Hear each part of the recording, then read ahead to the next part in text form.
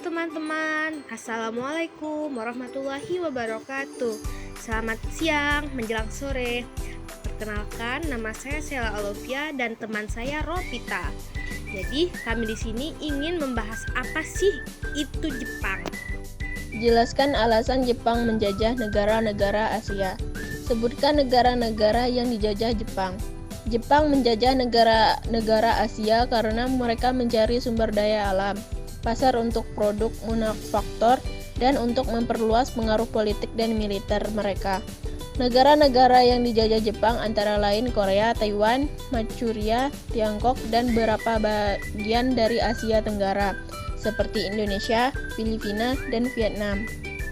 Jelaskan kenapa Jepang bisa menguasai perdagangan dunia. Jepang berhasil menguasai perdagangan dunia karena mereka mengadopsi kebijakan industrialisasi yang agresif. Fokus pada produksi barang-barang berkualitas tinggi dengan biaya rendah, mereka juga memanfaatkan teknologi modern dan manajemen yang efisien untuk meningkatkan daya saing produk mereka di pasar internasional. Selain itu, Jepang memiliki strategi ekspor yang kuat dan berhasil membangun jaringan perdagangan yang luas di seluruh dunia. Nah teman-teman, udah paham belum apa yang disampaikan oleh teman saya? Nah, saya akan menjelaskan apa sih itu dampak-dampak penjajahan Jepang di berbagai bidang. Nah teman-teman, yang pertama yaitu bidang politik. Penjajahan Jepang mengakhiri pemerintahan kolonial Belanda di Indonesia. Hal ini membuat perasaan nasionalisme bangsa Indonesia kala itu menjadi semakin kuat. Kedua, yaitu bidang sosial dan budaya.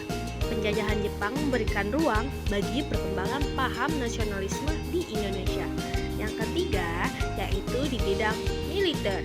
Jepang mendirikan tentara pembela tanah air sebagai bagian dari upaya mereka untuk melibatkan masyarakat Indonesia dalam pertahanan wilayah. Nah, yang terakhir yaitu bidang ekonomi. Salah satu alasan Jepang menjajah Indonesia adalah untuk menguasai sumber daya di dalamnya, terutama kilang minyak dan gas alam guna mendukung mereka di Perang Pasifik. Nah, teman-teman, strategi bangsa Indonesia melawan tirani Jepang, yaitu ada beberapa strategi bangsa Indonesia loh dalam menghadapi penjajahan Jepang. Jepang masuk ke Indonesia secara bertahap, mulai dari daerah yang kaya sumber daya alam di Kalimantan sampai ke Pulau Jawa. 8 Maret 1942 menjadi momen penting setelah Belanda menyerahkan kepada Jepang di Kalijati. Bagi bangsa Indonesia, peristiwa tersebut menjadi akhir dari kekuasaan kolonial Belanda di Indonesia. Selain itu, peristiwa ini juga menunjukkan bahwa bangsa Belanda yang sudah menjajah begitu lama di Indonesia ternyata juga dapat dikalahkan oleh bangsa Asia. Nah, tidak seperti Hindia Belanda, Jepang membagi Indonesia ke dalam 3 wilayah pemerintahan. Daerah Sumatera dikuasai oleh Angkatan Darat ke-25 yang berpusat di Bukit Tinggi. Kemudian, daerah Jawa dan Madura dikuasai oleh Angkatan Darat ke-16 yang berpusat di Jawa. Sementara di daerah Kalimantan dan wilayah Indonesia Timur lainnya dikuasai oleh Angkatan Laut. Pemerintahan tersebut masing-masing memiliki kebijakan berbeda. Nah, teman-teman, sudah paham belum apa yang kami sampaikan di video ini?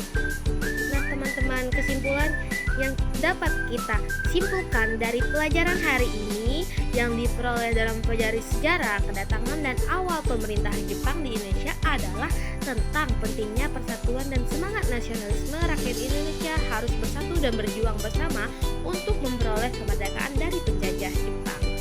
Nah, teman-teman, itulah hasil dari pembelajaran hari ini tentang penjajahan Jepang pada negara Indonesia. Mohon maaf bila ada salah kata atau mohon maaf kalau ada yang kurang nyambung. Kami tutup dengan wassalamualaikum warahmatullahi wabarakatuh.